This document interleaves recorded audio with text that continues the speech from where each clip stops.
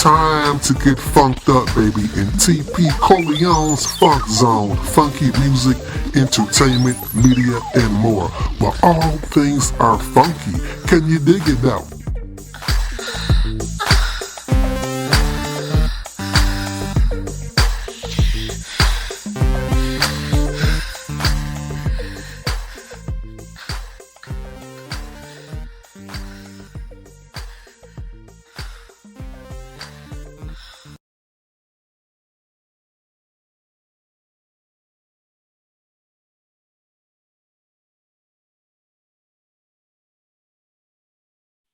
What's good, party people? What's good, baby? Bubba to the boogie, the bang bang. This is the boy TP Corleone. Once again, you are in TP's Funk Zone. As you can see right now, looking on the screen, we got some eye candy in the building for you.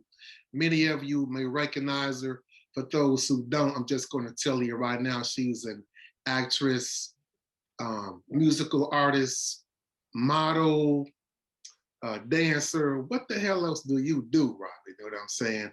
She's known to the world as Power Royal. I call her Robin because we go way, way back in Chi-Town, all the way back. Welcome to the zone, baby girl. How you doing?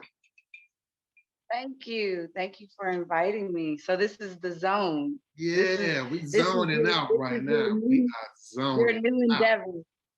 Yes. Thank So, you. Thank you for inviting me to be a part of the zone.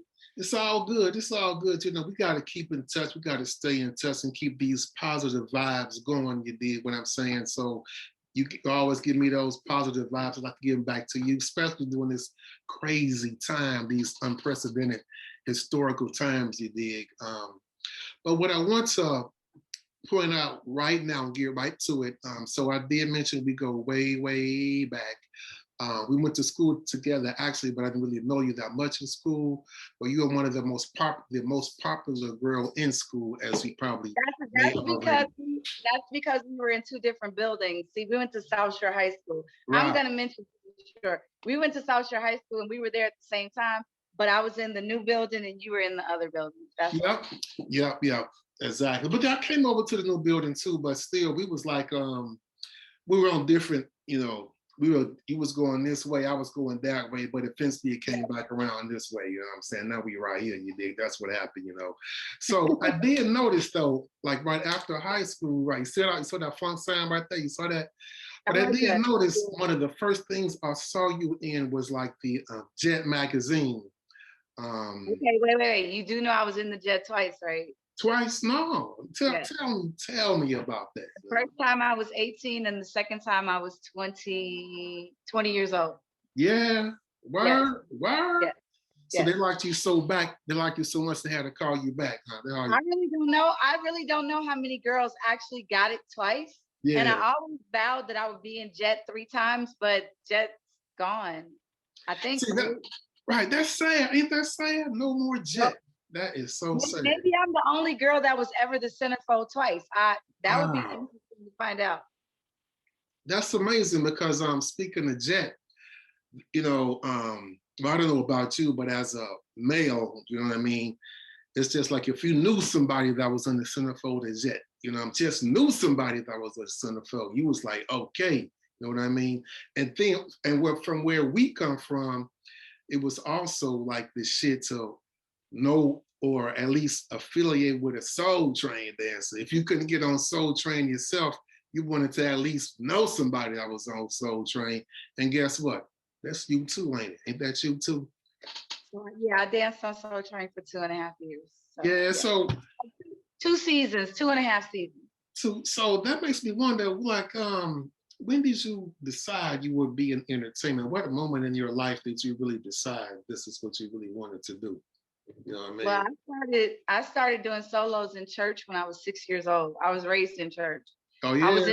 I was in church on Sunday, Wednesday, Saturday. I was an altar girl. I was in the church choir. So really? I started singing. I sang the Lord's Prayer at church when I was 6. That was the very first solo I ever had. And then after that, I was in dance classes in the Boys and Girls Club in Chicago. Mm-hmm. different neighborhoods that we moved into. I moved a lot. So I was at the Boys and Girls Club and I was in dance classes. So I've been performing ever since I was in diapers, ever since I can remember. So you was just meant to do it. It was destiny, I guess. I'm an artist. Like I anything from the arts, it lives in me. I flourish with it, whether it's dancing or music or singing or cooking or sculpting or creating something from nothing. Anything dealing with the arts, God gave me a couple extra helpings, blessings with those. I love anything art related, entertainment related. I like those things. Yeah. I believe you too. Speaking of that, so of arts, that behind you, if I'm not mistaken, that looks like your work right behind you, right there. That Yes. is it? Yeah. Yeah, I have a that's what I'm talking about. That's real. That's a real artiste right there, y'all. That's a real artiste. I'm gonna peek you guys up on this one. There we go. Okay, that's when an angel. Oh, ain't sending me down an angel. That's what I'm talking about. You know what I mean? How long have you been doing that type of art? I had to tilt it down a little bit. See the move is. Yeah, I didn't want it. Yeah, there we go. That's an actual painting, right? Is that a painting? Yeah, this is the actual painting right there. Mm. Girl, you a bad mofo. Have you sold any of your artwork like that? Have you sold any paintings like that? Yes, I have. One of my very first pieces that I sold was a piece that I did of Miles Davis. I met Miles Davis at Paisley Park when I worked with Prince, and the very first painting that I ever did for sale was a really beautiful rendition of Miles Davis playing the horn. So I have sold my art, but I've chosen to keep a lot of my art and then have it reproduced and sell posters or copies of it because I want to pass it down. You know, I have family members that like my art and I would like to pass it down and have it in my lineage. Not all of it, a lot of things will be for sale and are for sale, but there are certain pieces that are not for sale. Okay, they will never be for sale. I'm impressed, really. I am very impressed because it was like a long time before I knew you were really doing paintings. You know, that's heavy. So you said Miles Davis in your work? Am I correct? I met Miles Davis at Paisley Park. Right. But the first piece that I ever sold was the picture that I painted of Miles Davis. Miles Davis. Okay. Oh wow! I wish you could have seen that. Do you know if he's seen it or not? You probably don't know if you've ever saw it. You know, the person who bought it was from Poland. Really? And he went back to Poland. Yes. So my Miles Davis piece is somewhere floating around Poland. Yeah. So Paisley Park Prince. You know what I'm saying? Tell me how that whole situation came about that you were able to hook up with Rest in Peace, Rest in Purple, Paradise, Prince Rogers Nelson. How did this whole situation come about when you were working with Prince? I'm just curious about that. You know, that can be a book, probably. No, that can be a book. You know what I mean? You have to be a lot more specific because the first time I met Prince, I was 17 years old, and that was let's go there. Within itself. So you have to be just a little bit more. We'll dig this. I've never brought this up to you, but it was a rumor that Prince came to South Shore's prom, which I didn't go to. No, it was a rumor that you came to the prom with a Prince imitator, but later on, when people saw that you knew Prince, people wondered, was that Prince himself? Is that true at all? Or was I just hearing some a rumor mill thing? Talk to me about that. I never heard that version of it until you mentioned it. That that people thought once they saw me with him that they thought that the impersonator that I did go to prom with, that they thought that was probably Prince. I never heard that too. Yeah, I heard that. Well, I was one of the ones we used to talk about that. You know what I'm saying? My guy was like, "Man, I think she really did bring Prince to the prom." You know? No. I had a Prince impersonator go to my prom. His name was Jay, and Jay was a lip syncer around Chicago. We used to do the whole lip syncing thing when it was real hot, and we would get into competitions at high schools like Mendel and Julian and Dunbar and you know, CVS and South Shore. We would get into the talent shows, Yeah, in that was high the thing. That was the thing. Yeah, yeah. And we would get into the talent shows and we would lip sync Prince and Apollonia and Vanity. And I was always either Apollonia or Vanity. My sister Kimberly, my stepsister, she's my sister. She was Susan. And then we had another friend named Cassandra. You know, we all did the Vanity Six thing. And then I started to meet Prince impersonators because they were impersonating Prince. And one of those guys' name was Jay. He was the closest one out of all of them to me that really fit the whole persona of Prince. And we started dating. So you and Jay? He accompanied me to my senior prom at Curie High School because I did transfer high schools and I ended up at Curie High School. Okay, that's what's up, Curie. Okay, that's what's up. Well, all right. Okay, so but you met the real Purple Badness at 17. So how did that happen? Was it like at a concert or something like that, or what? Party, concert, what? I had front row seats to every night that he was in town for a particular concert tour that he did for Purple Rain. Mm-hmm. And my sister and I slept outside for Prince concert tickets. And God blessed us with literal front row seats. And the front row seats that we had were directly in front of the microphone. Damn, what? The very first time that I saw Prince was the Dirty Mind tour. We went to the Prince concert, but we had nosebleed seats. Like we were way at the top of the arena. And I looked at my sister and I said, the next time Prince comes to town, we're going to be in the front row. We are not going to sit in the nosebleeds. Mm-hmm. So when we found out, we camped out, we got our tickets, and we went every night. And I just so happened to be working at this computer company. So I was a data entry clerk. And every night I was go to my own little apartment. I was 17. I had my own apartment. I was working at this chemical company. And I had tickets for 4 nights. And every night I would go home, get dressed. My sister and I would hook up, and then we would go to the Prince concert, and we were right in the front row. And every night that Prince performed, Prince deliberately gave me gifts each night. So each night he deliberately leaned down and handed it to me in my hand. You to your ass. Yes. And it was a guitar pick one night, a carnation, a pair of lace panties, and a tambourine. One of the really nice Prince tambourines. Yeah, the purple one, the tambourine. Whoa. And then the 4th night, I was there every night. I wasn't invited until the 4th night.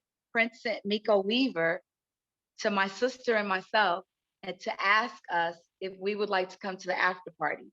And we were invited to the after party at the Park West, but I didn't have ID. I was too young to get in. Mm-hmm.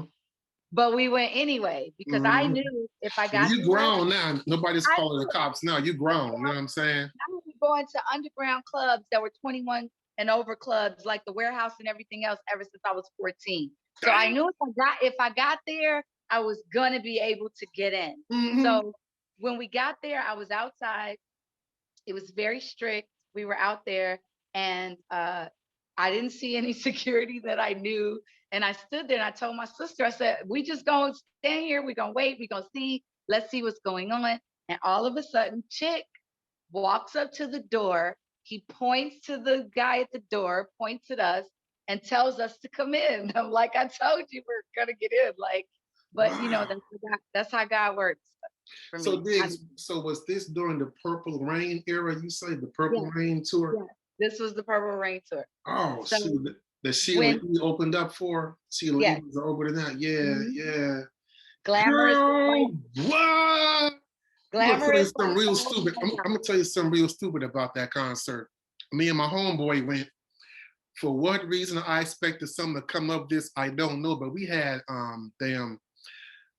balcony seats behind the stage. We had the shittiest seats in the world, but I was able to. But dig, I had I wrote a love note for Sheila E. And I threw it down on stage, and they hear her. It landed on her snare drum while she was playing. So I really expected her to pick up after this concert was over, pick up the letter, open it up to read it, and fall in love with her friend. Of course, shit didn't happen, you know what I'm saying? But anyway. All right, so you was the winner. You won in that situation. You got what you said. Well, let me tell you what happened. So when we get into the Park West, right? When we get into the Park West, chick takes us to this VIP area where there's like the velvet rope. So we're on this side of the velvet rope. There are other people on the other side of the velvet rope. And then there's the VIP area over here. And this is interesting because I've never like visually explained this to anybody. So the VIP is over there and there's huge columns over there. So ironically, someone else asked me to give Prince a gift for them. Another young lady said, if you meet Prince, will you please give him this gift? And the gift was this really cute Pierrot doll with the little rhinestone or whatever. And there was a letter in it, but that letter was not for me. Okay. So I did what she told me to do. So when Prince walked in, he said hello to some people. When he got to me and my Kimberly, he stopped and he said, he took my hand and he said, I'm Prince. He introduced himself and I said, I'm Robin. And then I said, I have a gift for you from a friend. And I gave it to him. And then I said, this is my sister Kimberly. And then he met Kimberly. He looked at us, you know, he said, thank you. And then he walked into the VIP. So I'm standing there and I'm like, okay, are we going to get invited? Where is this going to go? Now, mind you, I'm fucking 17 years old. I did not give a damn. I did not care. I wanted to go into the VIP room. So Prince is in VIP. Vanity is in VIP. Morris, they're all in VIP. But Prince is playing peekaboo with me. What? He is standing behind the column and he's going behind it. And then he's poking his head out and he's looking at me. And then he's going behind it and he's poking his head out and he's looking at me. Now, the thing is I was the only person that gave him a gift.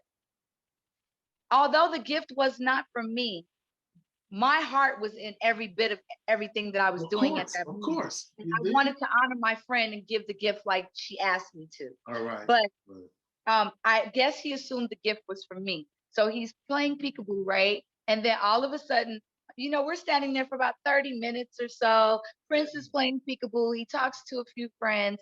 That he walks around and then they leave.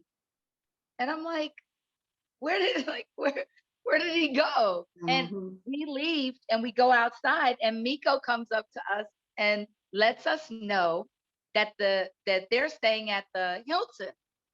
Like everybody's at the Hilton downtown. You know the Hilton, the one downtown when you walk in, it's a downstairs and the bar is upstairs and there's trees and you know it's really, really nice.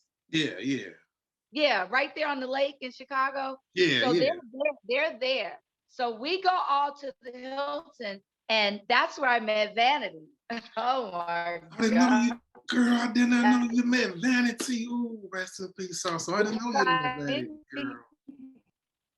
TP Corleone, I met Vanity. Girl, you met Vanity. So I was talking to Morris. We were talking to Morris. We were talking to Jerome. Other band members were walking around. We never saw Prince. He never manifested that night. But Vanity walked in, and Jerome and Morris were there, and then I met Vanity. And so Vanity stood there. She talked to us for a while. I was absolutely mesmerized. For anybody out there who wants to know, don't know, need to know, I love women. I will always love women. So Vanity was, that's one of the most beautiful women that ever walked this planet. Period. I don't care what anybody says. So I got an opportunity to meet her and we hung around the hotel for a while. I'm not a groupie type. Like I'm not going to try to get with the band member to get with anyone. So we hung around for a while and then my sister and I went home. And that was the first time that I met Prince. So number 2, talk to me about number 2. Number 2. Okay, number 2, there's like a twist to the story. But I didn't find out about that twist until years after I was no longer with Prince. So I'll tell you the story and I'll tell you the twist. I moved to Los Angeles because I had a friend who was moving there and she did not want to drive by herself. So she asked a group of us to ride with her to LA. I was in Chicago. I had never been to the West Coast. It was 60 degrees below zero. It was in the freaking wintertime. We drove to all the way to California. And when I got there, I was in shorts and a t-shirt. And I looked at her and I looked at the other three people and I was like, I'm not going back. That's it. I'm staying. I'm staying in LA. I don't know what they got going on here, but this weather. But this is where I'm at right here, baby. You know what I'm saying? And I'm staying. And I got rid of my apartment. I stayed. Some things happened. By God's design, I got an audition. That's a long story. I got an audition for Coming to America. I did Coming to America. I did House Party. I did the Bust a Move video. Yep. So when I did and I did Damien Dane video. I also did that one. Whoa, so, okay. Right down to it. I'm in the Damien Dane Right Down to It video. Bust a Move. I danced on the Arsenio Hall show twice. Once with Tone Loc and once with the Young MC. So right at that moment, I was on a lot of different Got a lot things. Of work just back to back, huh? God told you to stay. God told you to stay. You know what I mean? I met a young lady, a beautiful girl named Diana Mendoza. Please, one day, I hope God really brings us together. I met this beautiful girl named Diana Mendoza, told Diana Mendoza about my my destiny with Prince and what my visions were and what I was working towards, working with Prince and dating Prince. I always said I wanted to work with him as an artist and I want to date him. I want to be his girlfriend. I never in my life, let me repeat myself, excuse me, little lamp. I never in my life said I wanted to be Prince's wife. Now, if Prince would have asked me, would I have said no? Of course not. But it was never a vision given to me, nor did I see myself as Prince's wife. I saw us working together, being homie, lover, friends, which is exactly what it was, and dating and being lovers and creating together. And all those things that I saw in my visions manifested. So when I met Diana Mendoza, I liked her. She was a sexy girl, you know, that's our personal business, however our friendship was. Okay. But she knew Prince. And she said, oh, well, I know Prince. You know, I talked to him. We went out a couple of times or whatever. This is what she said. So she said, you know, you're rapping, you sing, you rap. I'll tell him about you. And she already knew the story about me meeting him when I was 17. So neither one of us knew whether or not she will remember that. So that he will remember that. I'm sorry. Neither one of us knew whether he would remember that. She just said, I'll tell him about you. So she told Prince about me. And she comes back and she says, well, I told Prince about you, you know, that you were an artist, that you were a rapper, that, you know, that you on your grind, blah, blah, blah, blah. And we were extremely close. So one day, I was 20. We were at this club called Paradise 24, and it's in Los Angeles. Okay. We were at Paradise 24, and I was dancing, getting my groove on, having an amazing time. And Diana comes down the staircase, and she says, Prince is here. And I said, what? She was up there, and she walks down, and she says, Prince is here, and he would like to meet you. And whoever I was dancing with was a blur at that point. Right, and she said, come on, come with me. So we go up the stairs, and we go up the stairs. Prince is sitting down at the table, and Dwayne is there, his brother Dwayne, which I love Dwayne. God bless you. Another beautiful angel of mine. Chick is one of my angels. Prince is an angel. Miles Davis is an angel. Yeah. Dwayne is an angel. I have a lot of angels from Paisley, the Paisley world. Yes. So Dwayne is there, and Prince says, I leaned down and I said, hello, my name is Robin. He said, my name is Prince. He said, my name is Prince. He said, I heard a lot about you. I said, I know a lot about you. And then he said, I hate saying he, so excuse me, because Prince was very androgynous. There was a very boy-girl element to Prince, very much like myself. I'm a tomboy, I'm super feminine, and I could be super masculine. when need be. So when I talk about Prince, sometimes I'll slip up and say he, but Prince was more than that to me, more than just a he. So Prince said, tell Diana that you're leaving with me. I want to see the expression on her face. Damn. And I said, okay. And I leaned over to Diana and I said, Diana, Prince told me to tell you that I'm leaving with him because he wants to see the expression on your face. So I need you to look surprised. So Diana gave this kind of quirky look on her face. And then Prince said, let's go. So as we were leaving, Prince wants to ride with us.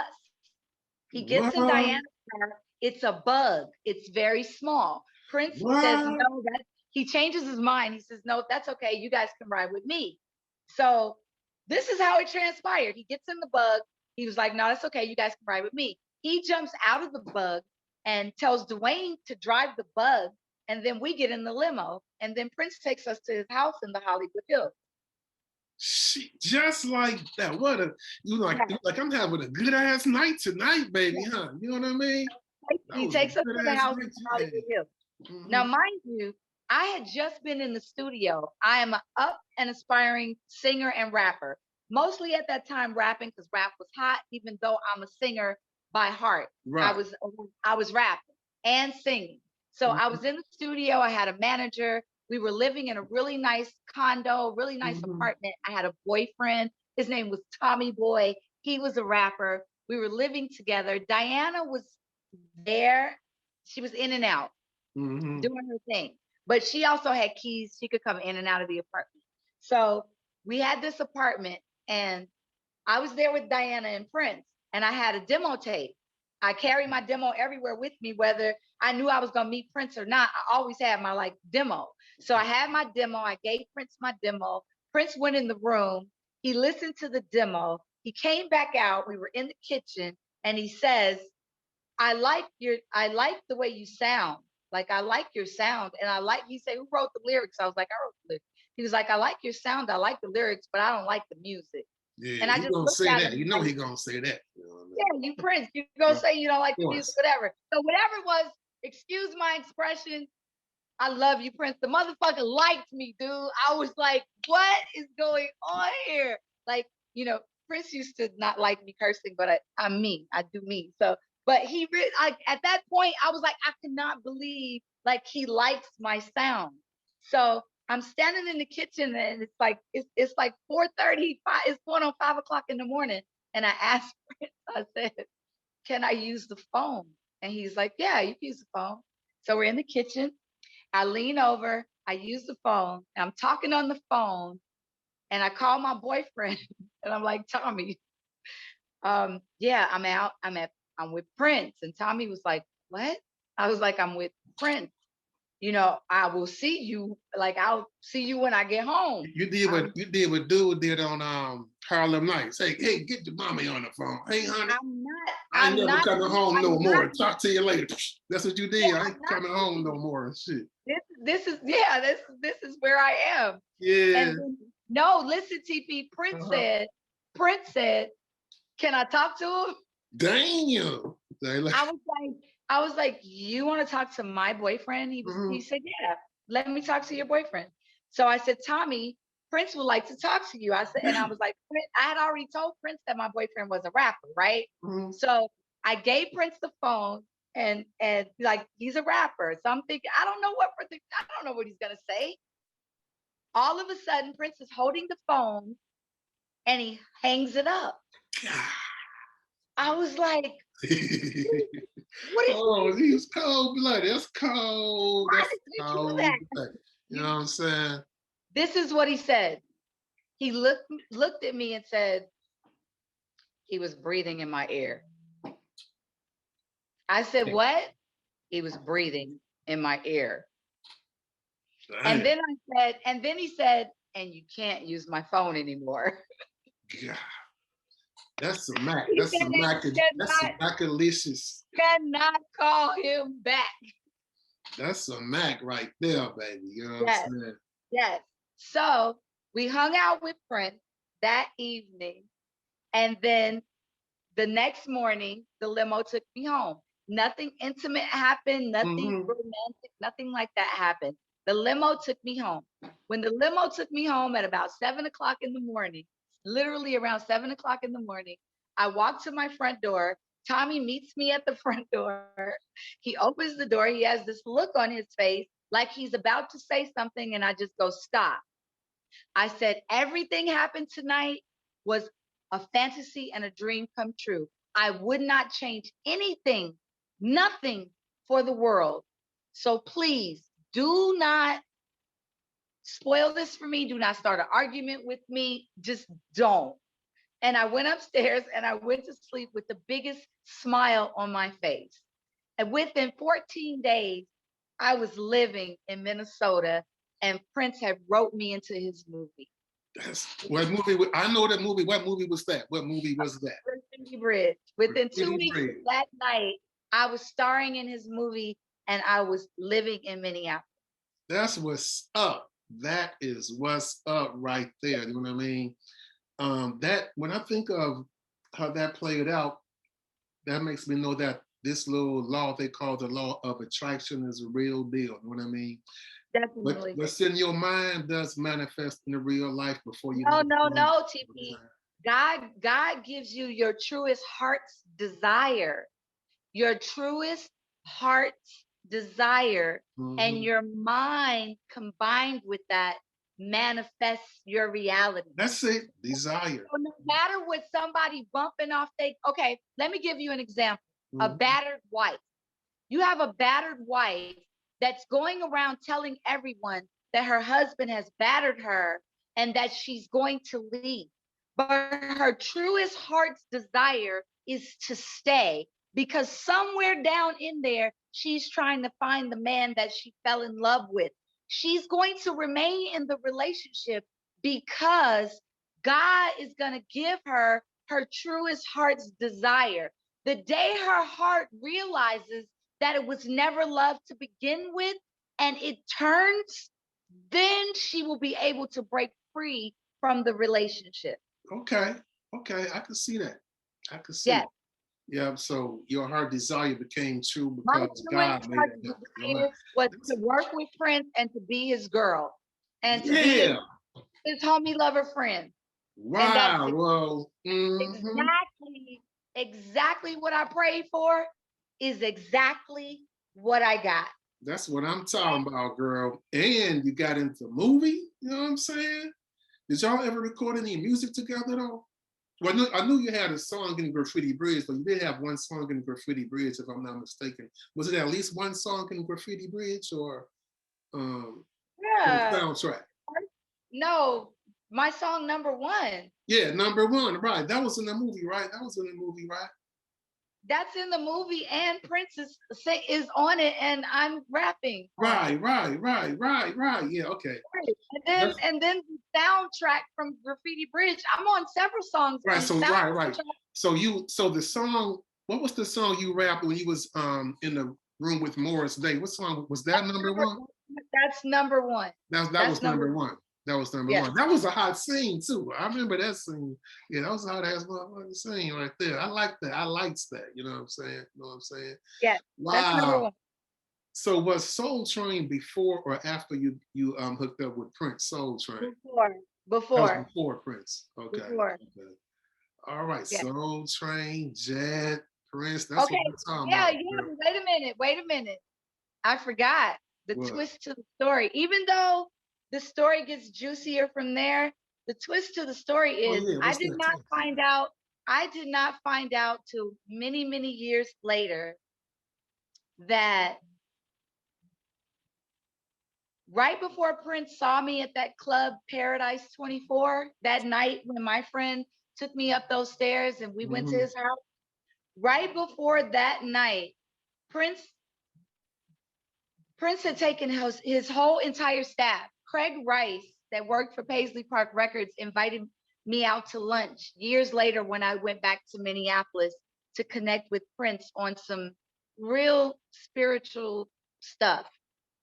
I had a lunch date with Craig Rice, and Craig Rice revealed to me, he said, Robin, no one ever told you that before you got to Paisley Park, that Prince brought the entire staff in for a meeting, put on the Bus to Move video, and told everyone in the room, find that girl.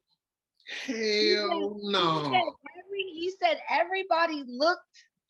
Hell no. Everybody looked at each other and said, how are we supposed to find this girl? Like, what? Hell no. That's all I can say. Wait. Craig said they started like calling agencies, like they guess they like tried to start finding me or whatever. And 2 weeks later, I walked in with Prince, and Craig Rice said everybody was so bewildered on how he could constantly do that. So obviously I wasn't the first girl that he probably had them find, but I was one of the ones that he had them searching for me, and God brought us together, and we walked through the door without any help from the people that he had find me. Yes. That's what's up. He didn't find you. You didn't find him. And then told the staff, don't ever tell her that I was looking for her. Hell no. Now that's crazy. Now that is crazy. Don't tell her I was looking for her. That is crazy. And then Craig finally told me that. Wow. You know what? I don't know what to say. You know what I'm saying? I don't know what to say. That's amazing right there. God, just like you said earlier, God made that happen. You know what I mean? God made that happen right there, though. You know what I'm yes. saying? Go on with your bad self. Go on with your bad self, you know. So you know, we almost gonna close it out soon, but before you go, because I got to get you back here for a part two, you know what I'm saying? Because we can go hours. Y'all don't know, we used to go hours, you know what I'm saying? So we can go hours. But I do want to know, when did you, or the whole affiliation with Prince end? I mean, was it a creative decision, or was it a business decision, or did you guys break up? What happened right there? You know what I mean? Prince and I were dating, and we were dating, and at the same time we were creating music and we were creating together. But I'm from Chicago, you know. I know pimp game. I know the whole having bitches over here, bitches over there, and bitches, like, I know that game because I love women, and we had the same taste in women. All right then. Okay. So Minneapolis is a very small place when you are very selective with the type of women that you're attracted to. So I started meeting women that Prince was kind of fucking around with that he didn't know that I knew. So I knew a lot more than what was going on than he that he revealed to me. Aware of, yeah. Okay. Along with the things that we were doing together. Okay. So my thing is, any relationship, the first thing for me, I don't care who you are, how much money you got, how talented you are, what you can do, what you can't do. You have to be honest with me. And then let me decide what I want to do from that point. So the honesty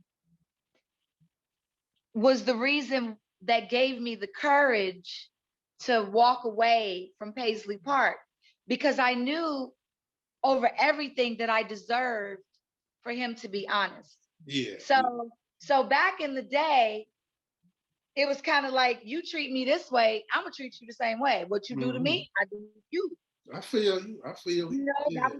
That was then. So being a hood girl from Chi-Town, you know, I started doing me while he was doing him. Game recognized game. That's what that was about, right? Game recognized. But at the same time, after I left Paisley Park and went on my own path, we were still dating. Oh, really? Yeah. That I did not know. Wow. Okay, that I did not know. We dated for some months after I left Paisley Park. Yeah. Okay. came to my apartment in Los Angeles and brought me back to do the Sexy MF video. Yeah, yeah. Oh, I had already left Paisley Park when that video was recorded, and Prince actually asked me to come and record that video. Okay, because he knew you could work that video on out, and you worked it on out. Well, I was Troy Breyer's body double as well. Oh yeah. Right, in the sexy motherfucker video, MF. I was her body double. So any really close up, super sexy shots, like when she takes the bra off and when she's, you know, kind of bent over with the thong, that's all me. That's my body. Interesting, very, very interesting. Wow, was it because she didn't want to have the camera on her parts? I love Troy Breyer. I think her body was dope.